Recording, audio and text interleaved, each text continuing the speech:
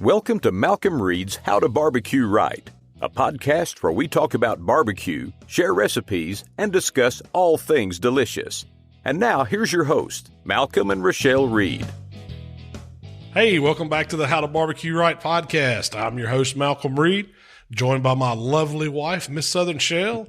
And we got a friend here with us today, Shell, Mr. Mike Brinkman, Uncle Pookie Smokers. That's right. Mike, thanks for coming in, hanging out with us, man. Yeah. Thank you for inviting me. Yeah, we're awesome. Always good to have a guest in here. And I figured we'd talk about drum smokers since you're kind of into them and making the Uncle Pookie Smokers and seasonings and all that good stuff. So. Oh, yeah. Yeah, thank you. I appreciate it. Shell, what you want to kick off with today? Well, last week we had some sound issues, so we got some new microphones. Trying them out. This should fix our problem. I hope so. See if we can pookiefy the microphones. There you go. Mike gets to be the first to break them in. We're looking for an audio engineer, if anybody knows. If you like working on podcasts, hey, we might could put you to work. There you go. You can teach us a few things. Or an intern. Heck, we didn't take that route. Anybody's got to know more than we do about it, right? I know. We are not professionals. Yeah, so. We're learning, though. But we'll just have to have Justin back. Yeah, we got to redo that one. Yeah. Anyway, we get to talk football anyway. So last week, it was all about football talk and fantasy football. Yeah. Are you on a fantasy football team? I am not. I was behind the curve on that when everything was kicking off. I was getting married and starting all that stuff, and I missed out on all that. Me and Mike. When we were living up in South Haven, we had our was it monthly, at least monthly, usually wings and football night somewhere. So we used to go to Mr. P's and Mr. P's is hurting for us. I hadn't been there. Hadn't been there in forever, man. They built I miss those days. Everything trying to get us back in there. They built a patio? You still go? Yeah. You still go? Yeah, we go not as often, but and not near as late as we. I love those hot honey gold wings they do. They are. They're really good. But that was our shameless plug. Time to catch up, for Mr. P's. If y'all. Well, it was 2 blocks away from our old house. Oh yeah, it was close to all of us, you know, at the time. Yeah, it was convenient. Maybe we can get them to open up a wing joint between Bridgetown and Hernando. What's the one there on 51 that's real good, but they're more of a takeout place? And then in the Kroger shopping center?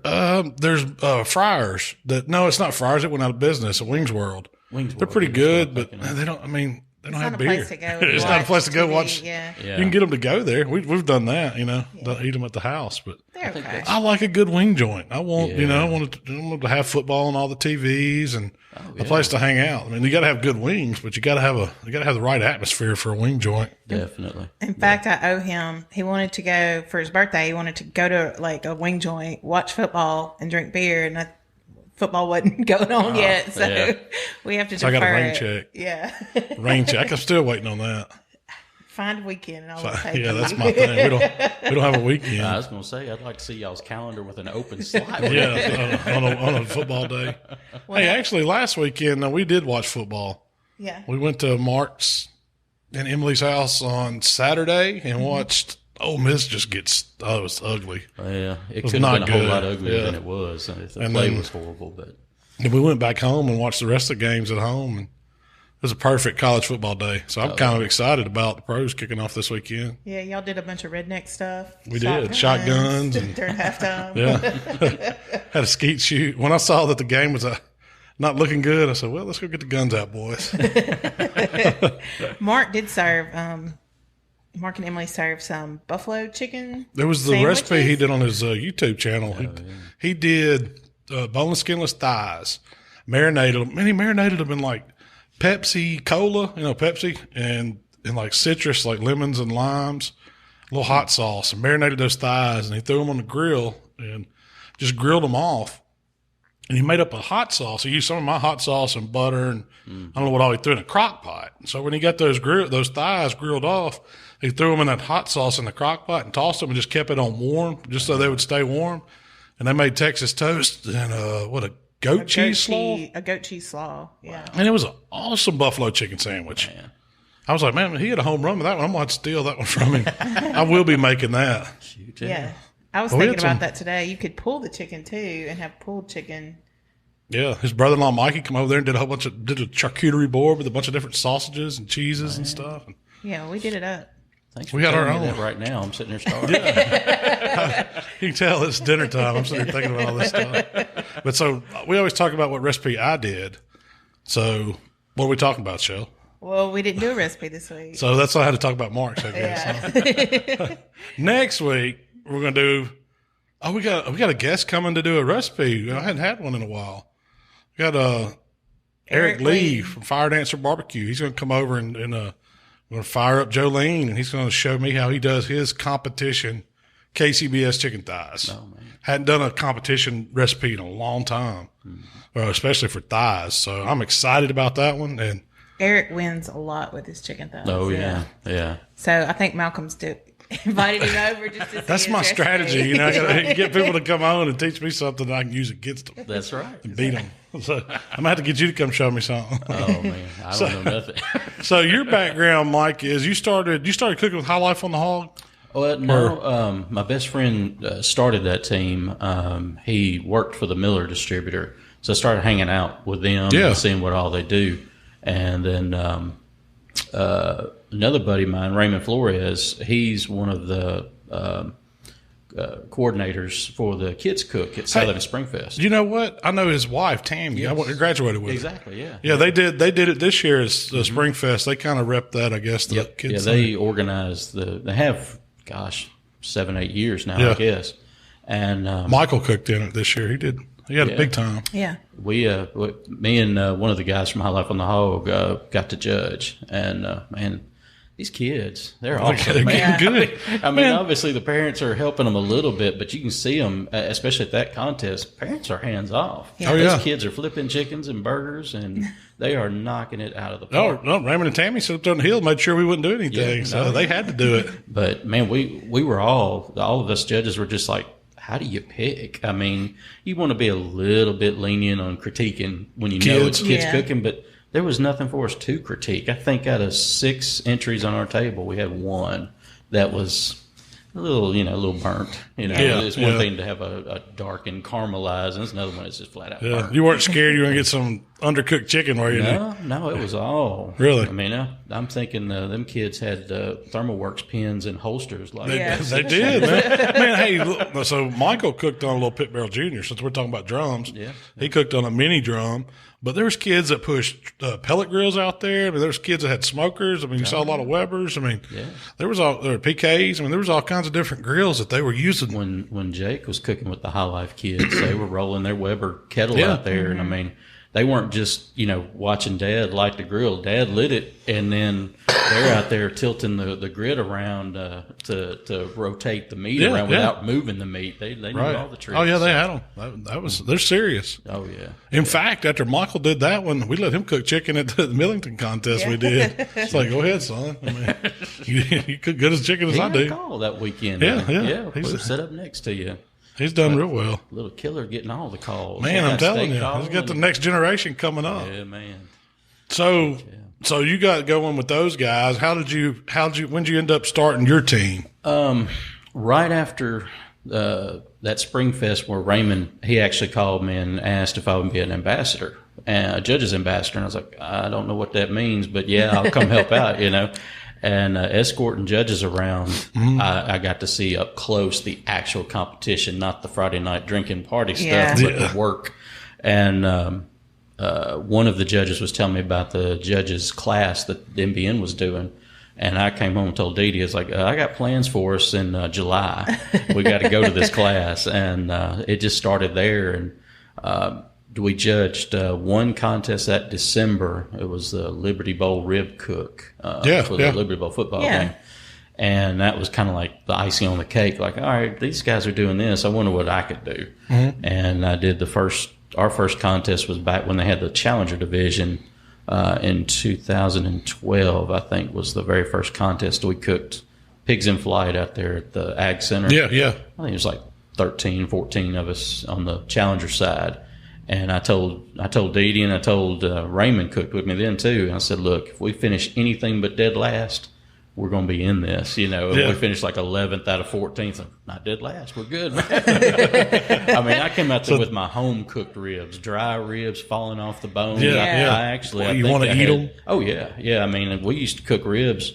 you'd wrap them in foil, and as soon as you see the bones popped out and out of the way, then you just take the meat out and serve it up. So that was the way we turned in, and wasn't dead last. What was you cooking on back then? This is before drum smokers, right? Oh, yeah. This was my brother-in-law. He had just passed away, and my nephews gave me his custom smoker, which was just a 5,000-pound offset, squared off, custom looking thing. Real barbecue pit. Oh my gosh, man! We went through 20 pounds of charcoal every 2 hours. Oh yeah, getting this thing going. Oh, y'all feeding the beast. Ribs took like 4 bags of charcoal. Yeah, what am I doing? Oh, we started cooking. We had a big one like that. Yeah, I mean, it was like we would show up with a pallet of charcoal. We thought you had to burn that. Yeah, exactly.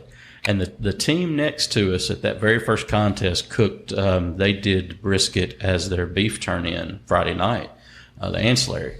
And I saw him cooking on a drum. And I was like, I'm checking it out, and I'm seeing him load all this charcoal in this fire basket, put it down in there. I thought, he said he's going to have that big hunk of brisket on there for 14 hours, or, some ungodly amount, How's he going to do that when that whole basket of charcoal is just flaming and roaring? It's going to be this little shrunk up piece of charcoal on top of the grill. And once I realized all that charcoal in that basket was not burning at one time, that just kind of piqued my interest. I'm like, now this thing over here that I cook on is so leaky. I mean, you can close everything off. It's still going to burn for, an hour or two because it's going to burn up. It's still pulling air. Oh, yeah. It's like, how in the world is this thing going to only pull in so much air that it can burn, for 10, 12, 14 hours without reloading it? And then shortly after that, I saw your video, your homemade drum smoker. Yeah. I was like, all right, I can do one of these with just a bunch of drilled holes and business card magnets. Hot dang, man, I'm going to try one of them.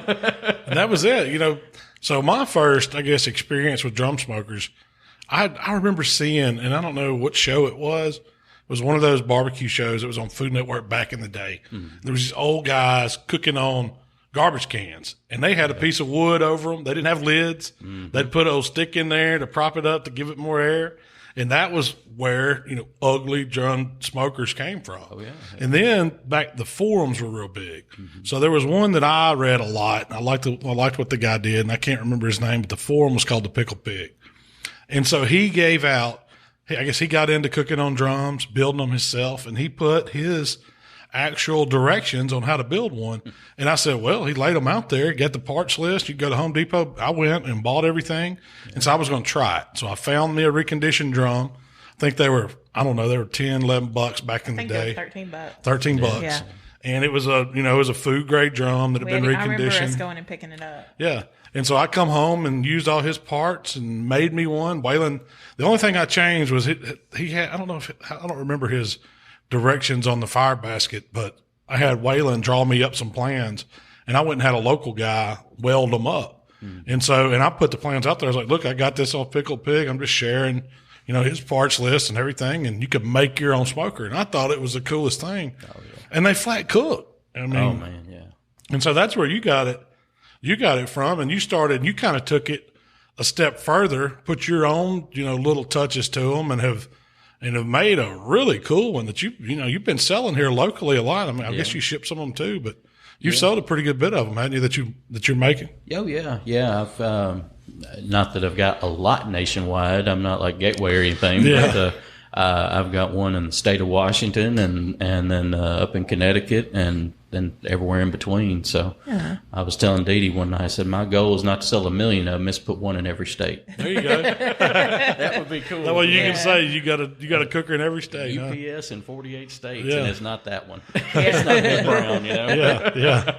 But they, I think, I told Jimmy over at the barbecue store too, I was like, I think this one that I've got now is like version 6.7. Really? It's kind of evolved as you go. Yeah.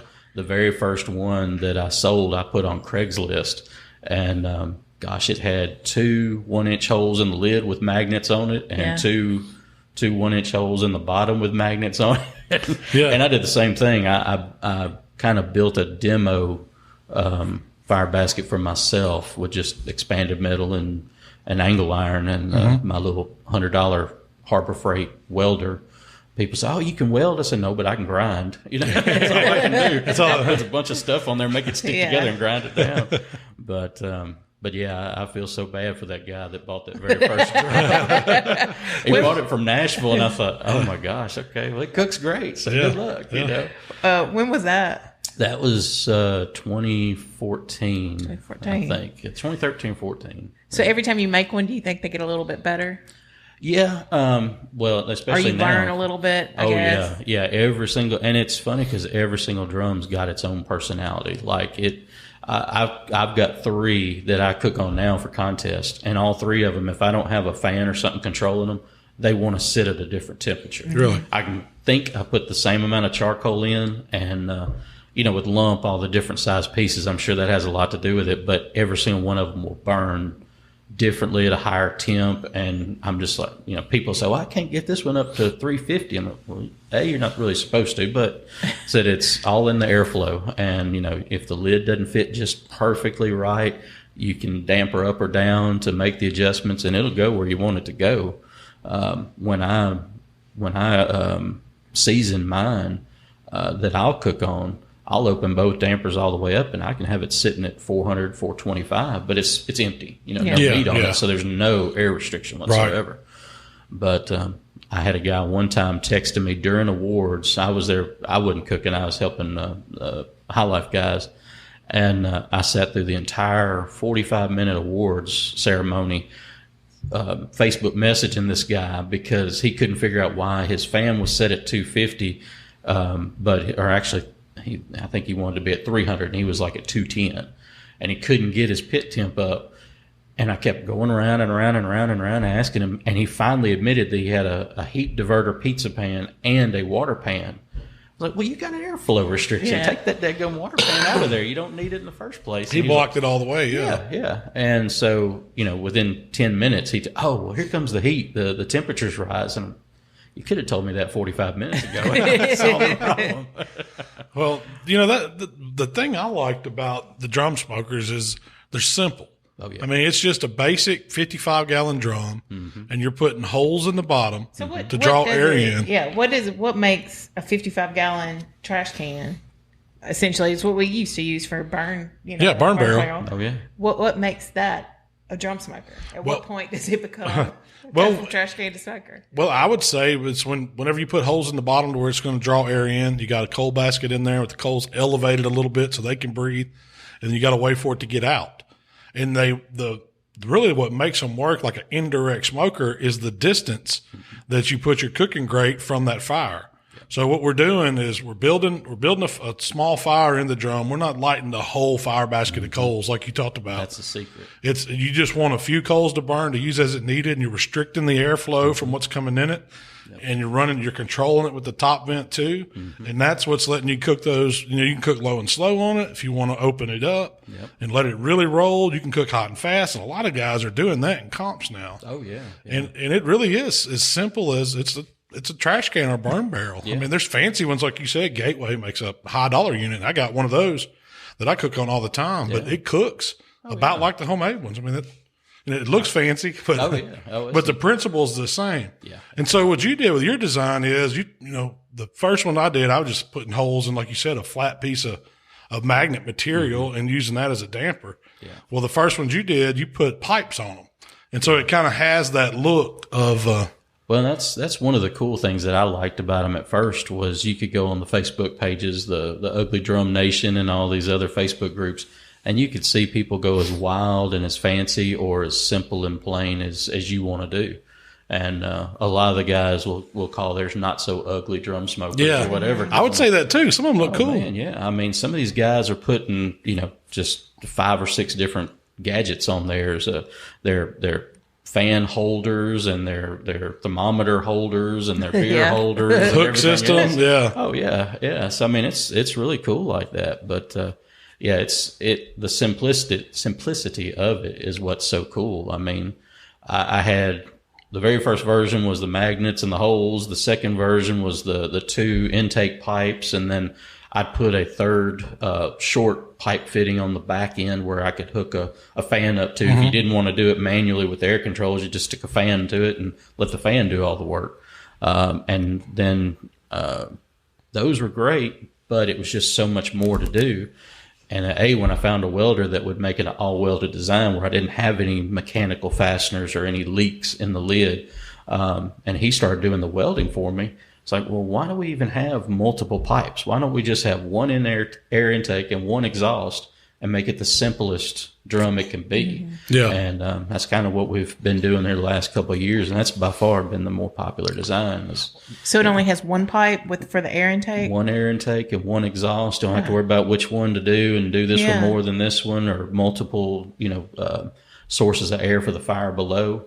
And I found that putting the exhaust in the center of the lid kind of helps everything circulate a little more. You got meat, you got pulling it around. Yeah, it it's goes automatically having to find its way, and I don't know. It seems to let the smoke linger a little bit more. At least for my ignorant self, it's simple. Hope it makes well, sense. they're really to me, they're the simplest of barbecue pits you can run. Oh, no doubt. I mean, because all you're doing is building a small fire and making sure you got air coming in, making sure you got air going out. And the worst thing you can do is take the lid off and let it sit there because it's going to roll. I mean, you got to keep that airflow, and it's all about just learning how to keep that airflow on it. And it'll do. You can dial those things in wherever you want them. Oh, no and then if you put a pit controller on it, like you're talking about, what's the kind that you use? I went with the Pitmaster IQ. It's a one-piece unit. I love the Gurus. I'm a gadget guy, and I like all the bells and whistles. But I also, it's kind of like with the drum, I want simple. And that particular one, and the entry level one, I think it's the 110. It has just a regular dial. You don't have any buttons to push. It doesn't have a digital readout. If I set it at 250, it's got like a 10-degree up or down window. Yeah. So it's sitting there, and it's got a red light and a green light. If it's green, it's good. If it's red, it's too hot. And again, it's just back to the simplicity. You just clip a probe to the grate at grate level, and that's all you do? Exactly. And so you don't even need a thermometer in them. I mean, not really. I mean, a lot of times at contests, we won't run that pit probe. We're running meat probes to eye the meat because that's all I really care about. I know the fan is doing its job, but if I have it set at 250 and it's blinking green, that means the fan's supposed to be running. It's not hot enough. We'll dial it down until it stays green and go, okay, well, it's sitting at 225 instead of 250. Yeah. So it's either running the fan for that reason, or we may need to check the coals and make sure something didn't hit a snag or maybe a void. Yeah. And it's not burning the next piece of coal. But yeah, they're pretty much bulletproof. So that's what, I've been running mine on a Guru for a while. It's simple. And then I was playing with that ThermoWorks bellows too, and it worked on my drum just as well. I don't think you can go wrong running one of those control devices on a drum if you want precision. Oh man! But when we cook comps, so the one that I have on my comp trailer is just a drum kit. Have you seen those? It's a Big Papa. I got it from Big Papa Smokers, and it's just a basic drum kit. Mark put it together for you, didn't he? Oh, there's nothing. Yeah, there was nothing to it. They painted it like it got some Napa fire engine red or engine block red paint. I remember him saying that was the last time he was doing that. I think the paint. Those red paint. Yeah. It was harder to paint it than it was. You paint yours? Or? Yeah, I paint mine, and that's all of mine pretty much are the body is black because when I get them, they're black. And you try to paint any color over black, you're going through 2 times. That's what it was with the red going on mine. And I tell everybody buys one. I say I've never said I'm a painter, so don't be disappointed if the paint's not perfect. But so you're getting a custom one of a kind when you buy one of yours. Yeah. There's not another one like it. They look kind of like it, but it ain't exactly that's for sure. Handmade one at a time. It's like Ranger boats of ugly drum smokers. That's right. Shoot, I love my Ranger, man. That was an awesome boat. But and to me, I don't get caught up if mine's leaking. Like you talked about the lid fitting tight and all that. Man, to me, it's an ugly drum smoker. It's supposed to have leaks. That's part of the airflow on it. I wouldn't say it's a frustration of mine, but it is funny that so many people would hit me up and be like, "Well, the lid don't fit just right." I said, "Well, I mean, I'm doing the same thing. I'm buying reconditioned drums, and they're not all perfectly round, but." I'll read the forums and people say, "Oh, well, I put gasket material under my lid." Yeah. Why? You don't want to do all that. No. I want it. Why I mean, not? over time, when you season it, it builds up enough carbon around it to seal it. So really, it's about cooking on those pits. But if mine's not cooking right, if it doesn't have a leak here and there, and even the one on the barbecue trailer, we always cook chicken on it. Mm-hmm. So I'm always running it at 325 is where we like it to sit. Yeah, and 300, 325, depending on if we're behind or ahead. Yeah, exactly. But we don't run a controller or anything on it. We just use the vents and open it and close it. And man, it reacts so fast. That's exactly what I do at home. I don't drag all those fans out and all the probe wires and everything. I know that if I have the pit that I'll bring off the trailer and cook in my patio, if I have the dampers open about halfway on both, it's somewhere between 230 and 270. Well, man, if I'm cooking at home, I'm watching, and I may probe the meat if I'm doing something that I'm, brisket or something that I'm really watching. But, I know if I'm doing ribs, I'm going to do open smoke for a couple hours. I'm going to wrap them up, and then I'm going to start checking them every hour. I don't really care if it's if it's 230 or 270, it ain't making a whole bit of difference to me at home. I'm still going to get the meat done. It don't matter. So when you run your pit controller on them, do you have anything open, or is it a completely sealed system? That particular pit controller has a little damper system that you can adjust so it won't let air flow through all the way, or you can adjust how much it will. What about on the exhaust side? Are you closed off, or are you leaving it cracked? I leave it cracked. I don't. So that's why I run them too. But I won't. It's maybe. I guess you'd say a one opening or something that's just a sliver open. Yeah. I want that smoke to be able to leave. So it doesn't get stagnant? Yeah. I mean, it's still about airflow, even though you're pushing air in. Mm-hmm. And even if one of my drums, I've got a hinge on the lid and it still doesn't sit just right. And you can just watch smoke come out the back end of it. Well, I know I don't even have to worry about opening it that much. Yeah. If I've got a leaky lid, if it leaks a lot, I don't have to open my damper as much. So I just control, if I have a lid that sits perfect, well, then I may have to open the damper a little bit more to get the temp I want. So have you found, like, even when you're running them without a controller, your ratio to exhaust to intake, which one, like, how, are you running more air coming in and restricting at the top, or is your your exhaust bigger? Unless I need it really hot where I'm opening it wide open, I normally sit my intake at halfway no matter what. Yeah. Unless it's really windy or something another variable is affecting it, I control my temperature with the exhaust damper. Yeah. If I don't need it to be that hot, I don't want it pulling a bunch of air through. Yeah. And I kind of learned this too. My nephew has one of those Kamado Blaze, the cast aluminum ones. Yeah. And we learned with that one real quick because that joker seals up. It's like a tank. That's where the eggs are too. Yeah, yeah. And it's they will blow up in your face. They build up so much heat in there. Yeah. Yeah. Don't open the lid real It's fast. sort of burp it. They say burp it. For real, you got to ease it open. That's what you like the underside of your forearms to stay normal. That's right. Open real slow. Sneak that joker open. But yeah, I've learned, and it's personal preference to me. Being a fat guy, I don't want to bend down anyway. So if I can reach right here at the lid exhaust or bend down to hit the damper, I'm going to do the top one and keep it. That's why. That's what I like. Y'all called those pipes. The pipes. Fat man pipes. That's why I liked them, because they come up and you just open them at the top. Exactly. Do you notice any difference on the tall pipe with the elbow pulling more air than just say a hole down at the bottom? Or is it really? It's not building up speed, pulling it through that pipe. No, but the thing I did notice when I was running the two intakes, they were 2 1-inch pipes. So the interior inside diameter was an inch. Yeah. Now I run a single 2-inch. I have an easier airflow with one bigger pipe than I did with two smaller. I think just the size, the diameter of the pipe, the air restriction, even though you still have 2 inches of air intake available, the single pipe has an easier time getting that air through than the two smaller pipes. So walk me through how are you firing yours up? I know. So you do YouTube videos too. You started doing some YouTube videos, and I noticed one of your last ones. A couple after you.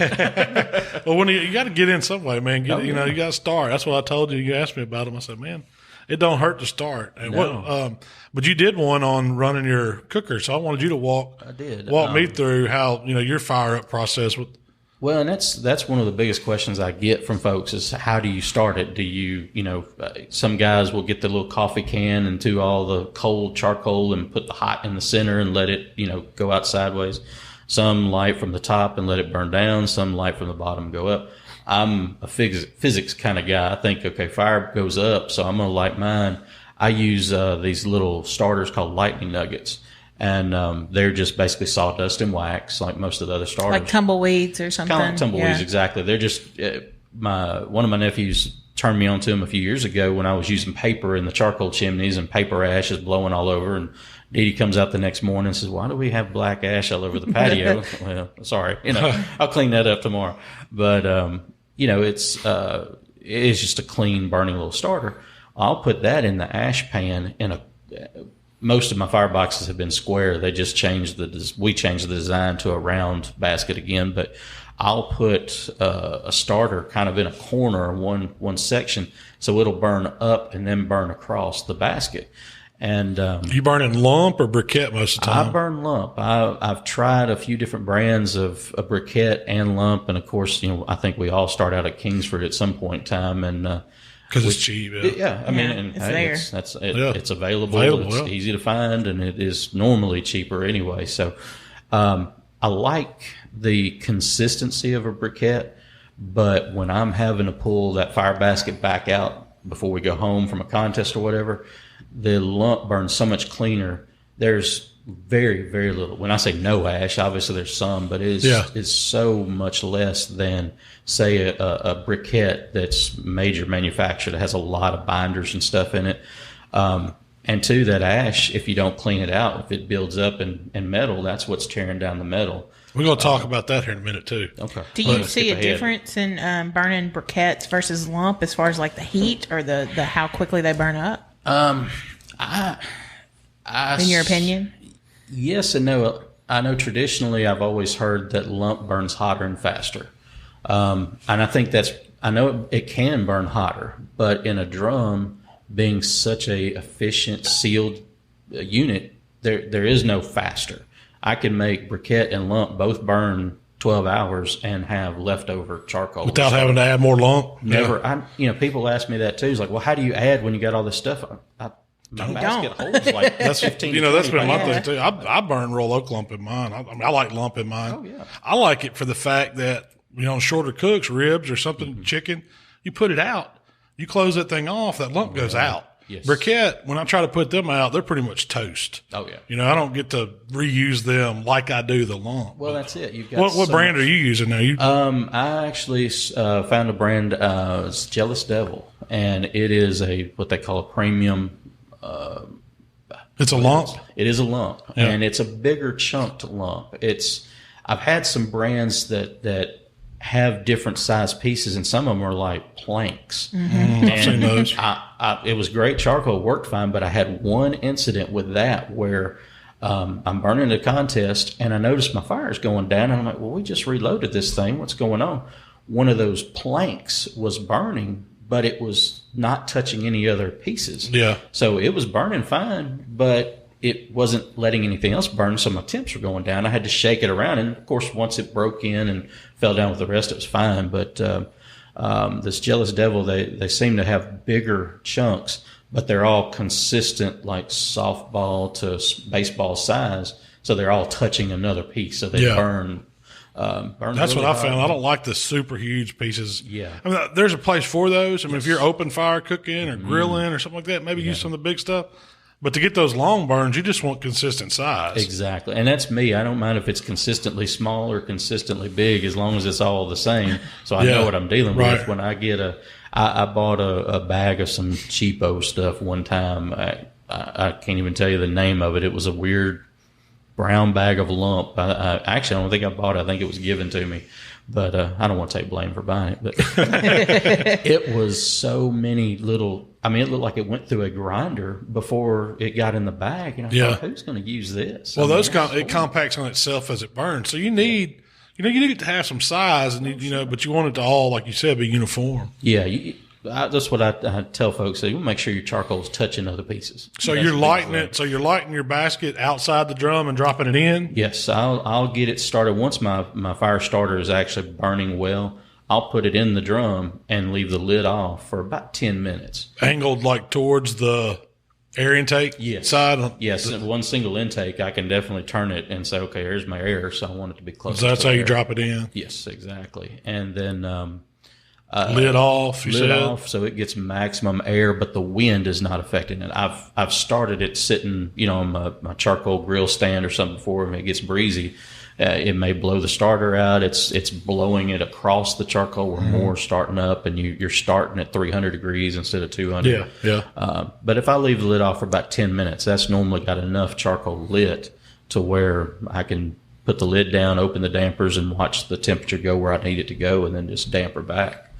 And of course, if you're running a fan, you just wait until you got enough charcoal lit to put the fan on it, and it takes care of the rest. So, what do you like to cook at? Do you change it up, or do you cook about the same temp all the time? Around 250. So you like it more the low and slow on the drum? Yeah, definitely. I mean, it doesn't hurt my feelings if it hits 275, but it depends too where I'm at in the cook. If I'm cooking 3 or 4 butts for some folks and trying to get it done, once it's wrapped, man, I'll open the dampers up and let it cook at 300, 325. As I know, the fat's going to render and it's going to have enough moisture in it where it's not going to burn or dry out. Are you adding any wood or for smoke? Or what you got some favorites you like to use? I go between, I definitely like the fruit woods. Of course, everyone in the competition side is going to use some cherry at some point in time. Yeah, Memphis area for sure. Yeah. But I do like to use applewood. Applewood to me gives you a lot of smoke flavor, but it doesn't overpower. So if I get a little heavy-handed with the applewood and put some of those big tree stumps in there instead of just the little chunks, then I'm not worried about it overpowering like hickory can do. Yeah, I was going to say, if you're using hickory, you got to watch it on drum. I've learned that. I've learned get smoke flavor even with charcoal. From I think you do too. The drum picks up so much flavor. To me, it's more of a, and I tell people this all the time, if you want authentic tasting barbecue, your best bet for the bang for your bucks, cook it on drum smoker. No doubt. It tastes like barbecue. I remember as a kid, the first time, what that smokehouse tasted like when my dad took me there. Oh yeah. That's what I'm tasting in drum. And it's good. And I think that's why they're popular in the competition barbecue world too. Well, we've talked about before with the cabinet smokers. I mean, the backwoods and all that are great. But cleaning out that water pan, you can't leave the funk in the water pan and expect to cook on it a week or two later. Right. Oh, yeah. No. Not without a little work and a lot of gagging. A lot of gagging. If you haven't been puked off a backwoods barbecue, you can drink enough beer to barbecue contest. Yeah, that's true. That's usually why I forget to clean them. It's like, I just want to get home. Yeah, we'll clean this tomorrow. Yeah, sure you will. Oh, man. If you're sitting at a contest and you done got your butt handed to you and you don't even want to see that score sheet, and then you see all the funk in the bottom of your grease pan, and you know you got to get that out because you're going to sleep it off Sunday.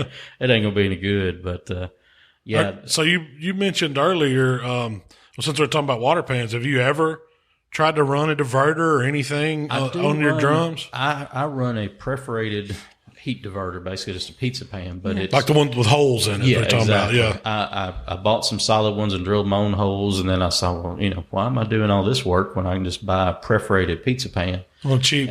Cheap. Yeah, I mean $5 or $6 for one, and that way.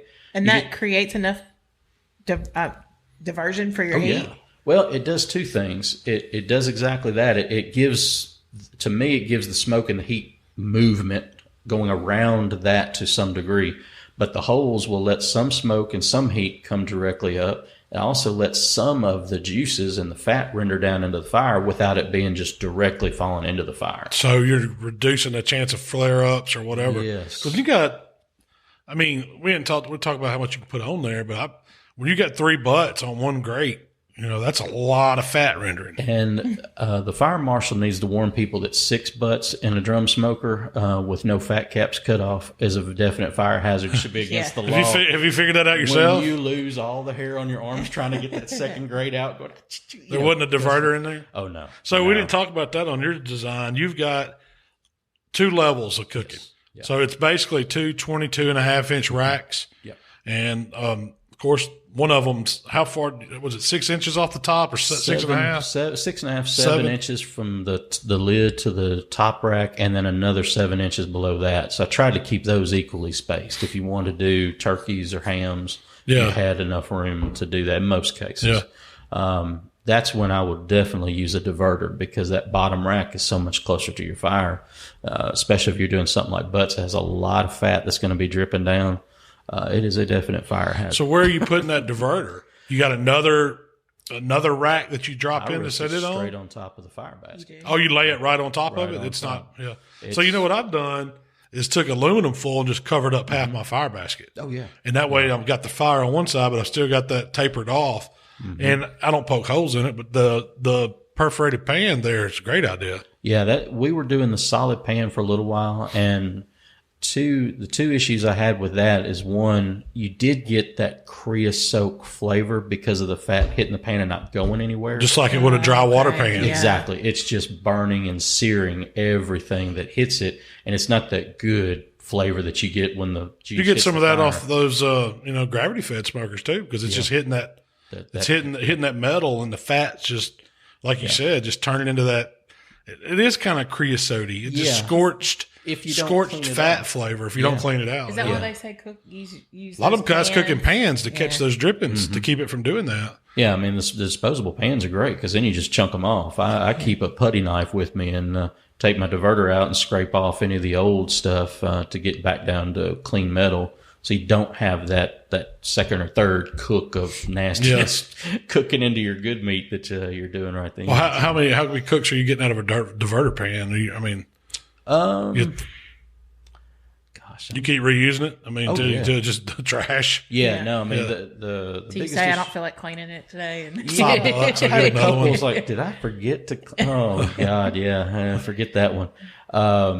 And two, like a lot of times I'll just get lazy and scrape a little bit off, and then go to tambourining it against my hand, and all of a sudden the metal has been so compromised by the constant heat that I go foop and just fold it in half. Go, well, that one's gone. You Time know? to get another one, huh? Yeah, but it's cheap, and so many people. You've got some guys making these propeller-looking fan blade diverters and all that.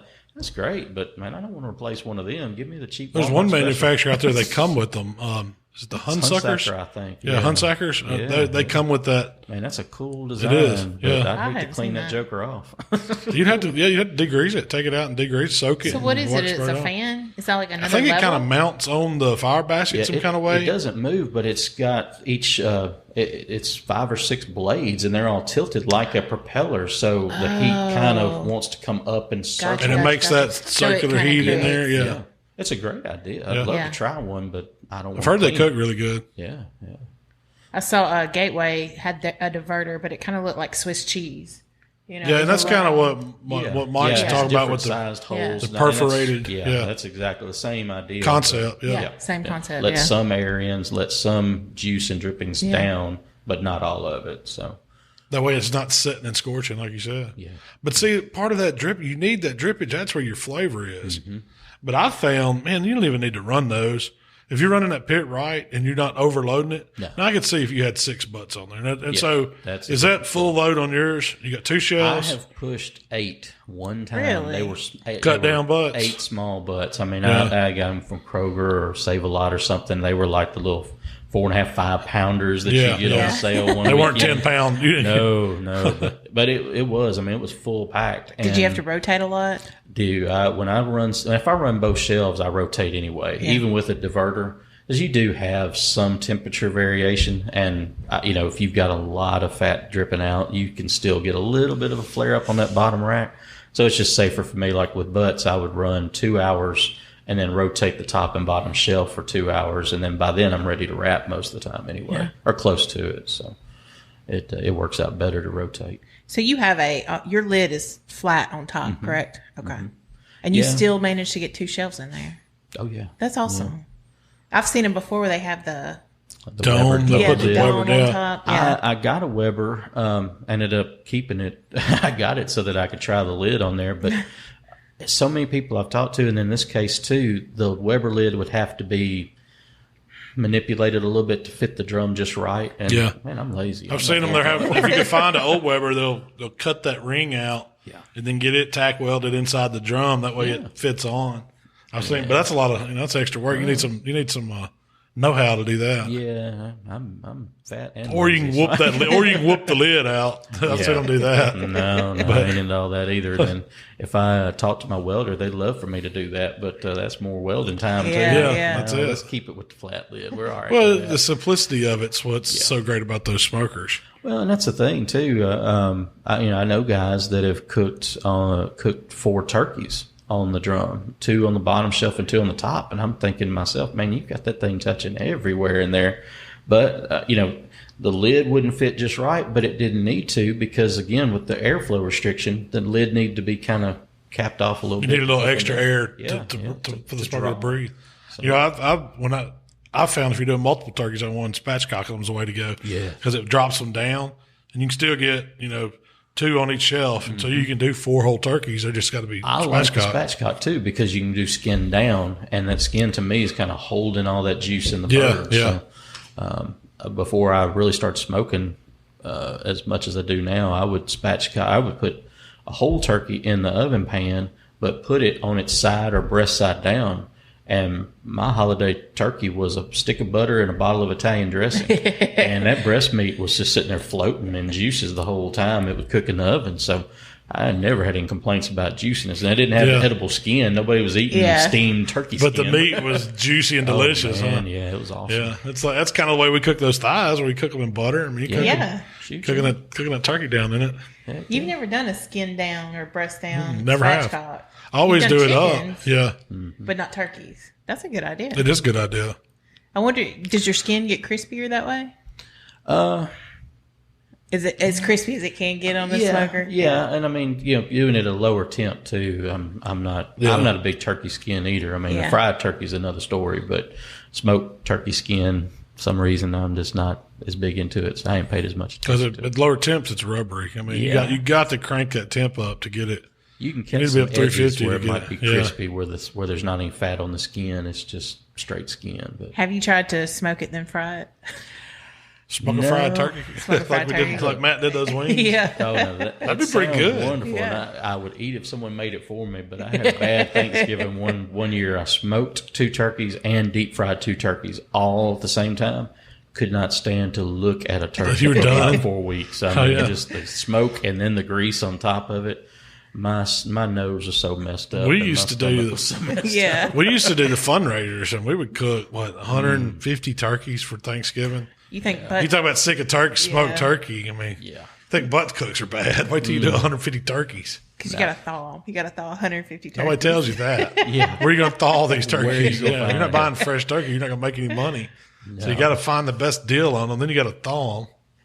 How many friends do you have with coolers that you can borrow and put frozen turkeys in? That's what you end up having to do. It turns out it takes several days for 150 turkeys. It really took about a week for them to thaw out. Come to find out. You got to start thinking.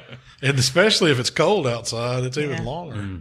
Because you're not putting 150 turkeys in the house. I mean, no. No, there was one Thanksgiving I had 150 turkeys in my garage. So yeah, we did. Yeah.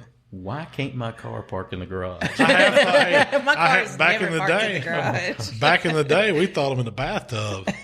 We'd fill up the bathtub with ice water and put them turkeys in there and let them soak overnight. And in the morning, the ice would be melted. Turkeys would be just perfect. Oh, yeah. In the package, though. In the package, yeah. Turkey bobbing. Yeah. You're not in there with Uncle Al floating around. Oh, my gosh. Oh. So let me ask you a question. Yeah. That you have somebody who's new to smoking, they just got them a drum smoker. How can they learn to, learn their pit? How can they learn to control it? How can they, just learn it?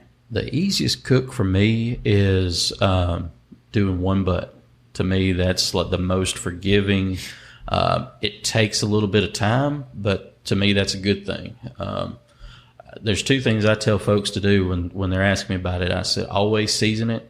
And I'll put 5 or 6 pounds. How do you season it? What I'll do is I'll spray the inside, all the exposed metal edges with some sort of cooking spray, just to get something on those exposed edges. Then I'll maybe put 4 or 5 pounds of charcoal in the fire basket. And to me, the smoke is more important than the charcoal or the heat. So I'll put a couple of big chunks or maybe a half a stick of any kind of wood I got, especially if I got hickory around, I'll burn it just to help season. But to me, the 4 or 5 hours you can take to burn off 3 or 4 pounds of charcoal is good drinking time. You have a few cold beers and everything's fine. But you can open it all the way up and see what temperature it's going to peak out at So if you did just a few pieces of chicken and wanted it to be at 350, you know you're going to be able to hit it. And then you can start playing with the dampers and kind of taper them down and say, okay, where do I need to put these dampers to sit at 250? And you can do that for a couple of hours or a couple of beers. And write that down so you remember when you're first starting, if you're new to it. Yeah, I had one guy that sit there and made marks on his damper with a silver Sharpie. And, just reference marks. So, I'm going to do it to here. I'm going to do it anything that works for you. Everyone's a little bit different. I've learned to start making notes on my cell phone, and I've got a little file app that I'll open up and just stupid notes, but anything that works for you. Yeah. Well, that's important, and that's good knowing your pit. You got to learn how it operates with any kind of barbecue. I don't care if it's a drum or what. Oh yeah, you got to learn. Sure. You got to spend the time doing that. Man, even if it's a pellet grill, you got certain pellet brands where if they've got a bad probe or something or bad temp reader, it says it's at 250 and it's barely cranking 200 degrees. You got to know. If it's off, how consistently is it off? Oh, yeah. No, that's why I always say, hey, it's best to have some of them probe thermometers where you can clip them to the grates. You can read your temps. You can do the old biscuit test if you want to. Yeah. But you need to do that to know what you're cooking. Well, and butt's a great meat to start on because it's inexpensive. Yeah. You can catch them on sale, get you a $10, $12 butt, throw it on there. You got something good to eat at the end of it. Exactly. And it's a long cook. Yeah. So, that's the key to me. You got plenty of time to test it and kind of see, okay, well, if I do my dampers here, what's it going to be at?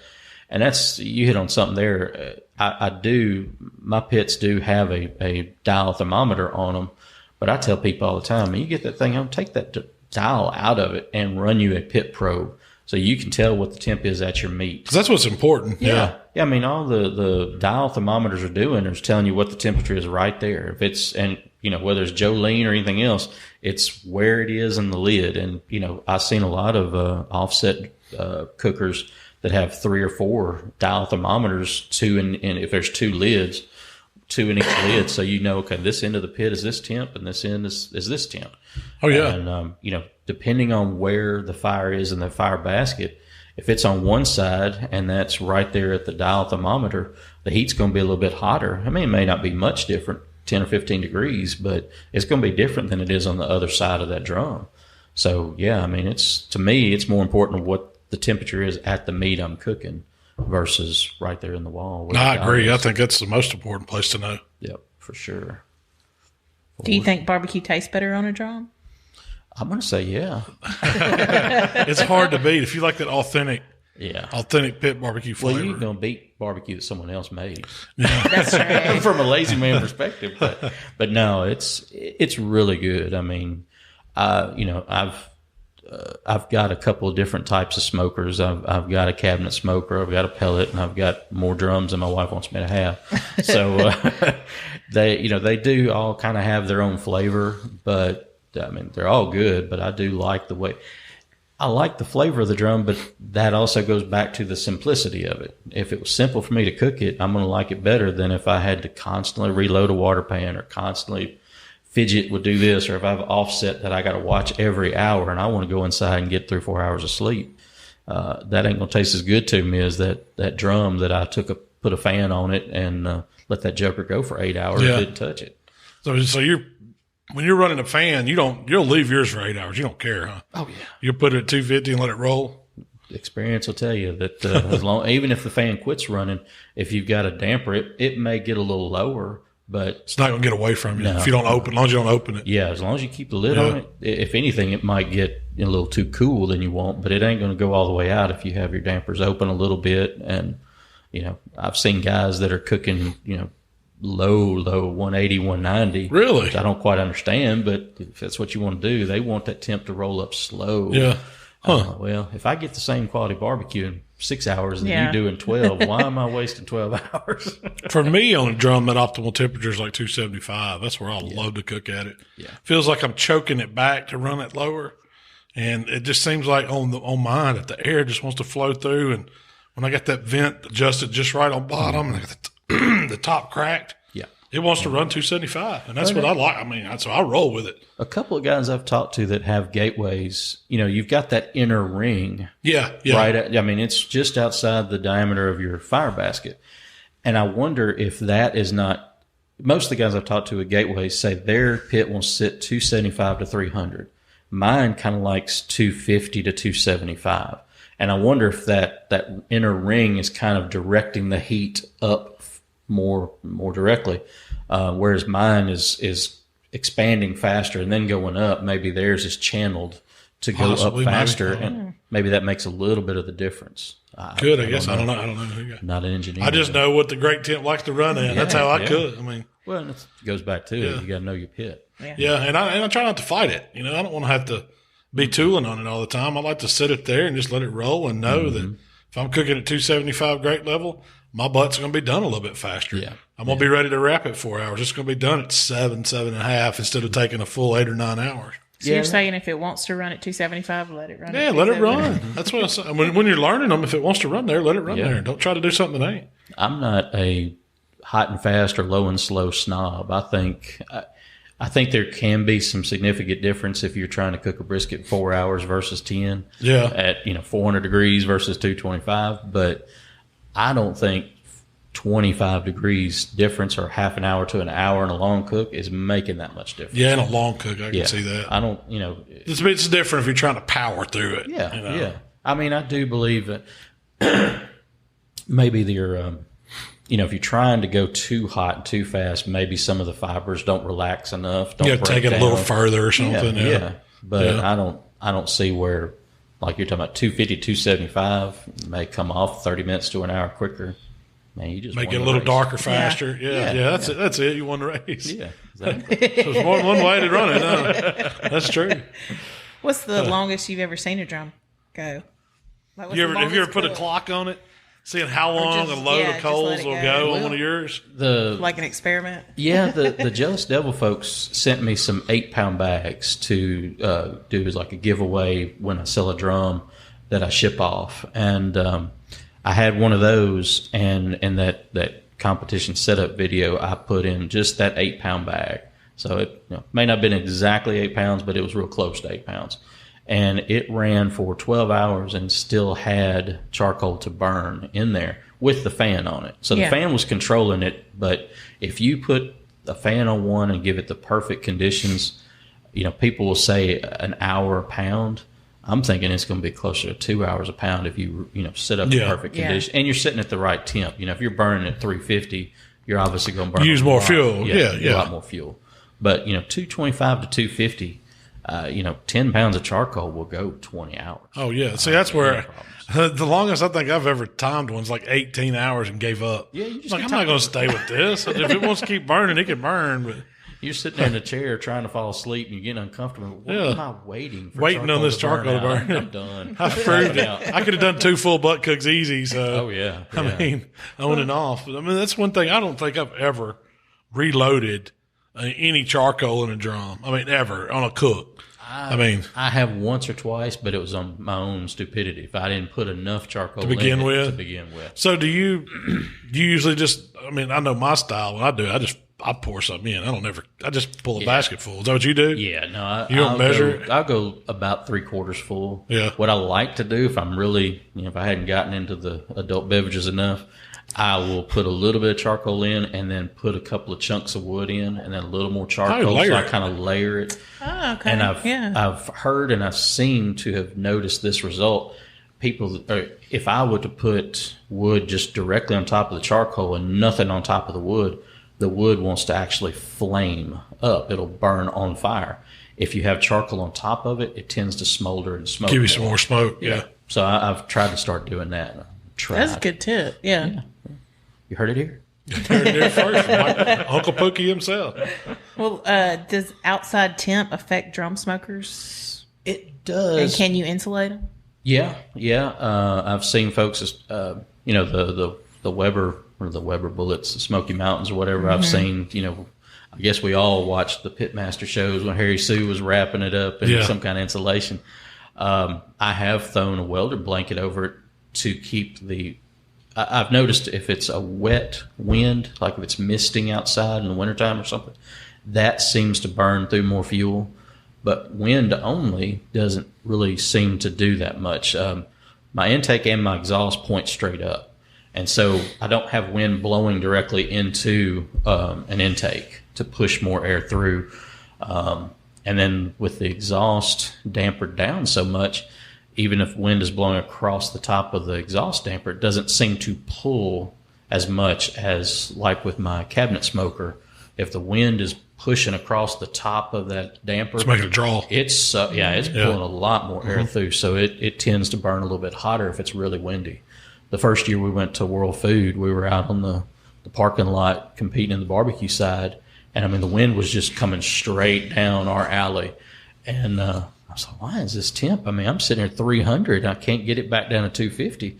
And simply putting a piece of aluminum foil in front of the chimney or the exhaust to block that wind from coming straight over the top of it. Knocked it right back down. It sat there at 250 for hours, except when the wind would blow the foil off, and then I had to go back chasing down my aluminum foil over 2 or 3 spots. But that's another reason to have aluminum foil with you when you cook. Oh, yes. Well, you can make so much stuff out of it. Nectar of the gods right there. So you've done all these. Let's talk about cleaning one. How often do you clean your drums? Do you clean your drums? See, you know how I do it. Now I'll tell you how I do it. I just dump it over, dump out any ash, and that's about it. But do you have, do you have any process? I mean, because I'm the world's worst about dumping some charcoal over in it, just throwing a cube down there and starting it with my Ema flame. Yeah. Coals might spill out and be in the bottom of it.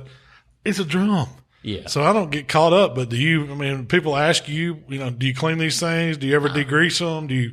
I will, depending on how much I use it, traditionally about once a year. And it's not, I mean, there is some grease buildup in the bottom and some charcoal and ash or whatever, but mostly it's just on the sides. If you've got, something greasy like a butt or something, you just get some grease that accumulates on the side. And I'll notice that it does build up like creosote after so many cooks.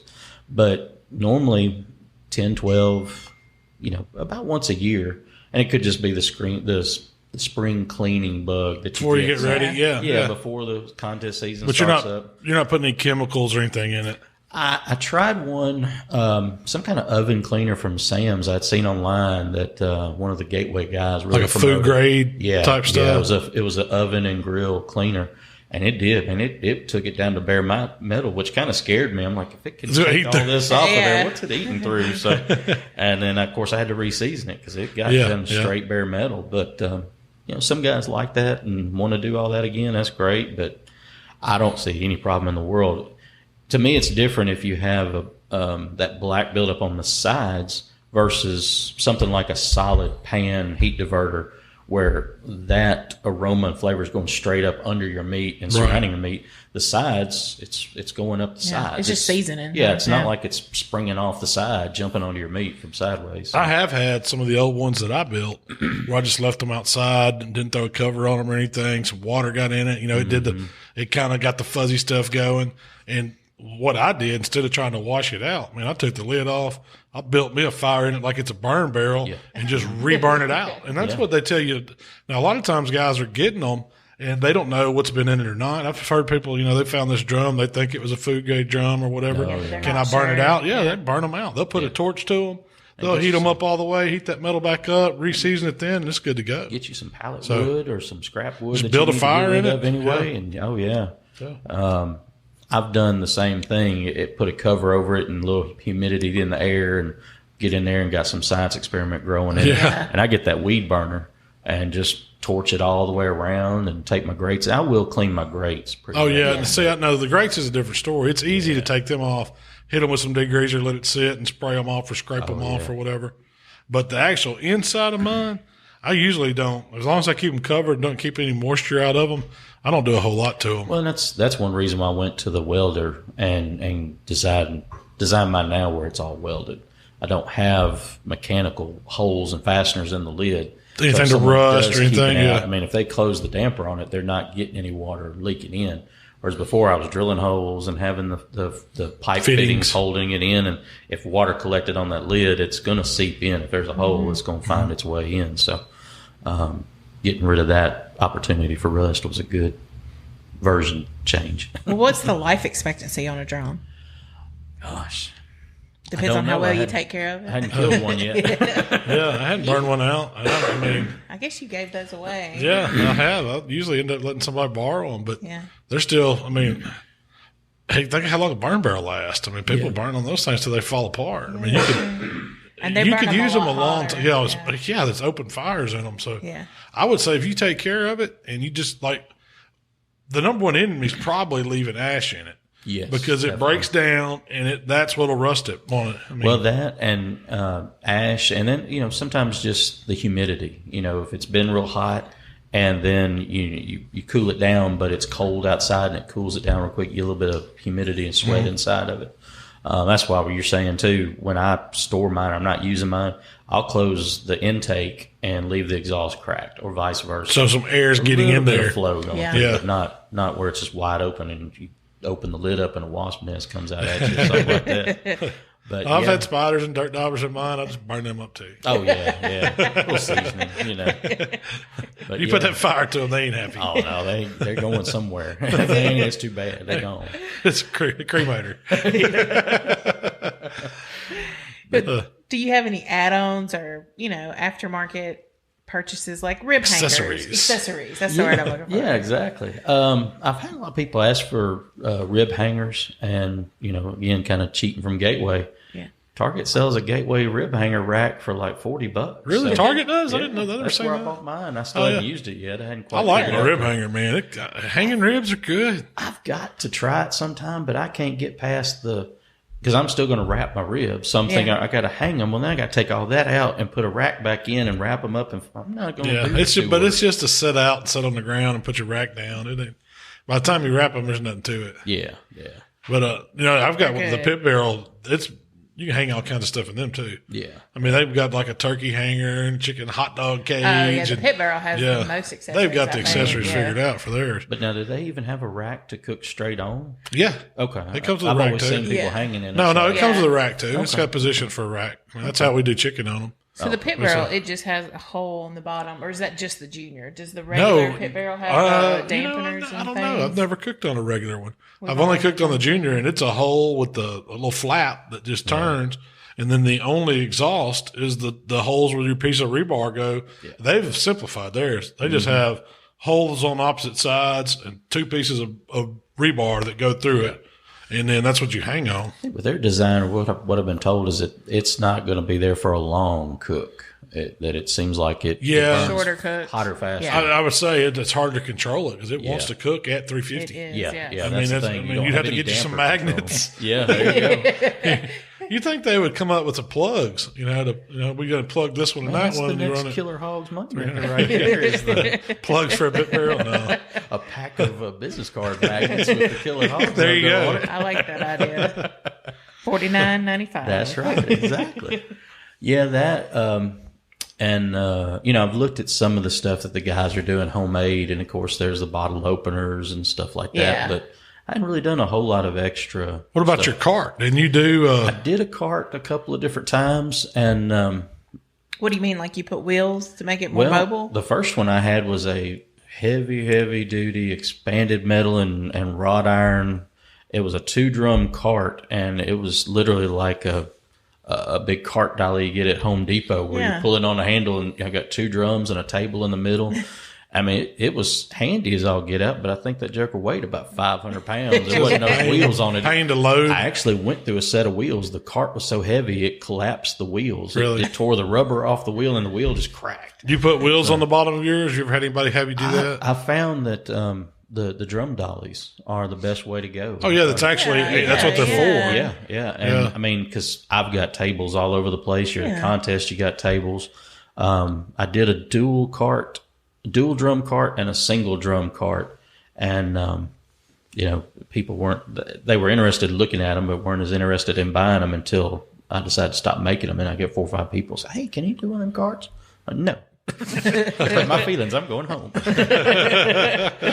But no, it's the drum dollars are just the easiest thing to do, and that way, I've got a guy right now that's got a drum that I've painted the dolly the same as the lid and the intake, so it's a matching set, and I mean it's it works. I mean, but if someone just wants to go, if they've got access to drums and dollies and all that, then certainly don't have to buy mine, but least I'm color coding the paint. There you go. Coordinating it, right? Exactly. You made a set.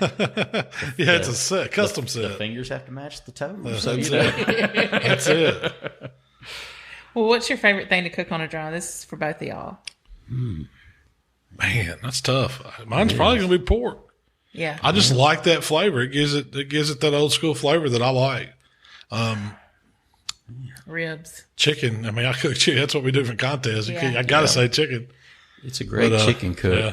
The butts and brisket, I mean, both. They're about as equal. Yeah. And it's amazing to me. I'll hear people talk about cooking brisket for 20 hours. And I can cook a smaller brisket on a drum in 5 hours. Yeah. To do me, for I found 20 it cooks. hours? Once you wrap it, man, the brisket climbs. It Yeah, rocks. it'll bust through that. I like it stall because you can with put no brisket, you can flip it on both sides, give it some treatment on both sides. Yeah. Really get some of that flavor on it from the fat dripping, and it's a awesome tasting brisket. I mean, Yeah, especially if you're going Texas style and you're just doing heavy salt, pepper, garlic. That's my language. is that your favorite? I don't know if I've had anything bad on the drum. I really hadn't. No, we've done the spiral sliced hams. Those are really good. Turkeys yeah. and bologna. That's talk about first thing people should cook. Get you a chub of bologna. Just one of them big ones and score it. Get some rub on it. Put it on the drum. Get some of that flavor going. Some smoke. Sauce it. That's man. I don't know if I learned it from you or maybe somebody else, but doing bologna burn ends. I did a video on it too, just because people are like, "What are you talking about bologna burn He ends?" hasn't done it yet. I've been trying to talk him into it. Gosh, man, because you talk about getting flavor. When you got a bologna chunk that big, but it's surrounded in flavor, oh my gosh. It's good. That's my favorite part of the bologna, how the outside gets. Yeah. So you get that all the way when you do them. Well, I've done, where you're just scoring the edges, making it look pretty and all that, and that's great, but then you got bologna down in the middle that didn't have flavor. Yeah. So Right. It's I've just also plain. gone and taken that like a half chub, because only me and Jake will eat bologna. Dee Dee won't touch it. So Oh, man. I'll take that. What's wrong with her? Man, she's a bologna You'll snob. eat bologna. And won't eat spam. I'm thinking, what's wrong with you? Bologna, no spam? What did I marry? You don't like processed meat? What is the spam commercial now? It's they do something with the 4 letters, and the M at the end is just I'm like, hey, see, it's good stuff. But I'll take that bologna and cut into the slices the thickness I want, and cut maybe 7/8 of the way through. I won't completely Accordion it kind of. Yeah, and that way you can put seasoning in between each slice and sauce in between. Of course, when it's done cooking, it's all laid floured, open. Yeah, But it's easy portion. You just you're just take it off. Yeah. taking that last little inch cut, and it's got seasoning all the way There you around go. it. It's variable goodness, a world of goodness. What do you call it? Mississippi prime rib? That's it. That's it. That's Yeah. it. Prime rib. I grew up eating barbecue bologna. I like to take it, smoke it, and then throw it over on a grill and get it really charred up and make a sandwich with some coleslaw. Man, yeah. There was somebody I had at Memphis in May. They had done barbecue bologna, but then they had put it in a sauce with onions and let it kind of caramelize and cook in the sauce. It was very good. We used to do it with peppers and onions, kind of. Like a bratwurst Let it or all smoked sauce. cook Yes. down, but it had more of a barbecue sauce to it. Those onions and bell peppers cooked in the sauce are really good. Yes, it goes on your sandwich. Yeah, it's Y'all really making me good. hungry. It's dinner time. We're about to wrap this thing up, Mike.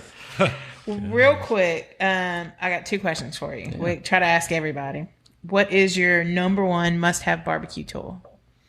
Accessory tool? What is Besides your pit. Besides your pit and your charcoal. Man, golly, it's got to be one of my temp gauges, but I'm not sure which one. Oh, I yeah. my- Yeah, what do you... The smoke, is it? The 2-channel? Yeah, I do yeah. like my smoke. Thermalworks Especially at the smoke. house. Yeah, I like my Thermalworks stuff. So you can see what you're doing inside the house and not have to go out there. And I can have my little remote in one hand and my TV remote in the other, and then I'm trying to figure out which one I'm going to let go of to grab my drink. That's the argument I have in my head. What's your other? Oh, We'll give you 2. man, gosh. Does the pit fan count as one? It can, yeah. It's Same it's thing. whatever you Accessory. want. Yeah. That's the same thing as, sitting in the house and I know it's sitting between 240 and 260, then I'm worry-free. As long as electricity doesn't go off, right? Pitmaster IQ. That's what you roll. Pitmaster Right? IQ is what I like. I like one of the biggest things I've noticed with it over Guru, if I'm not mistaken, the Gurus are all 1-speed fans. They're on or off. Yeah. And the Pitmaster IQ series has a variable speed. So if you just start to get out of the window, the fan will kick up into like slow gear. And if maybe you're hitting a dead spot or something and it's continuing to falling, then the fan will go into high speed. I like that. And my doctor, actually, when I go to visit my doctor, we spend more time talking about barbecue and cooking.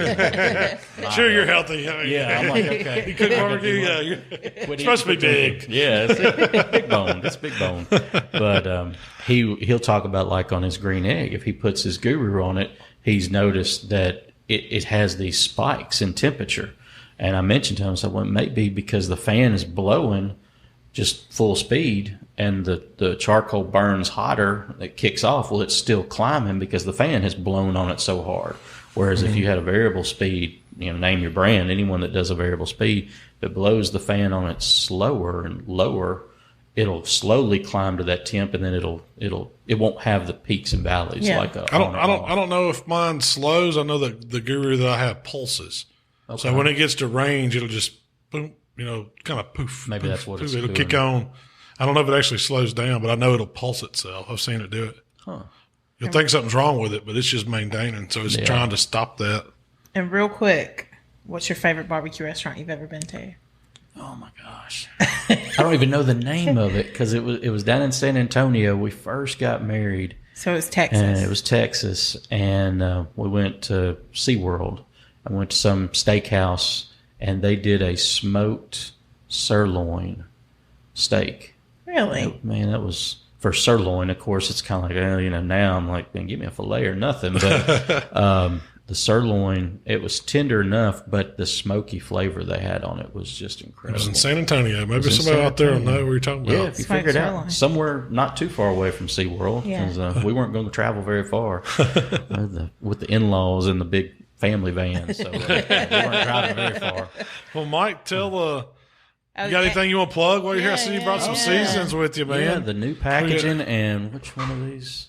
Oh, steak and burger is. So you brought these for me to try, right? You're leaving them so I can try them out. I need the Malcom seal of approval. Okay. I'll have to check them out. But yeah, the honey jalapeno is the newest one. And honey jalapeno, man, that's got chicken wing road all over it. Well, it does, but